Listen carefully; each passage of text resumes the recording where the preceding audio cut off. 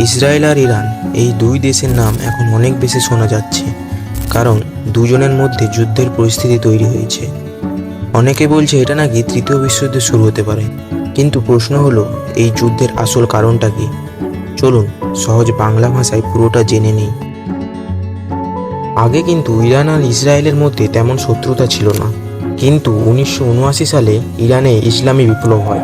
এই বিপ্লবের পর ইরান ইসরায়েলকে শত্রু হিসাবে দেখতে শুরু করে। তাদের মতে ইসরায়েল একটা অবৈধ দেশ, অন্যদিকে ইসরায়েল মনে করে ইরান তাদের অস্তিত্বের জন্য হুমকি দেয়। এই থেকেই শুরু হয় দুই দেশের মধ্যে বড় দ্বন্দ্ব। ইরান এবং ইসরায়েল এই দুটি দেশ সরাসরি যুদ্ধ করতো না।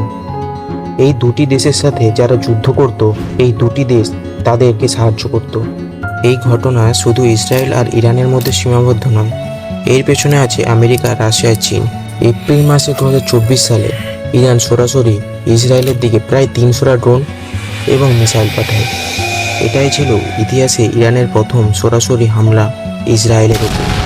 এই যুদ্ধ আর শুধু কোথায় লড়াই নয়, এখন সত্যিকারের যুদ্ধে পরিণত হয়েছে। দুই পক্ষ শক্তিশালী, আর এর ফলে পুরো মধ্যপ্রাচ্য উত্তপ্ত হয়ে উঠেছে।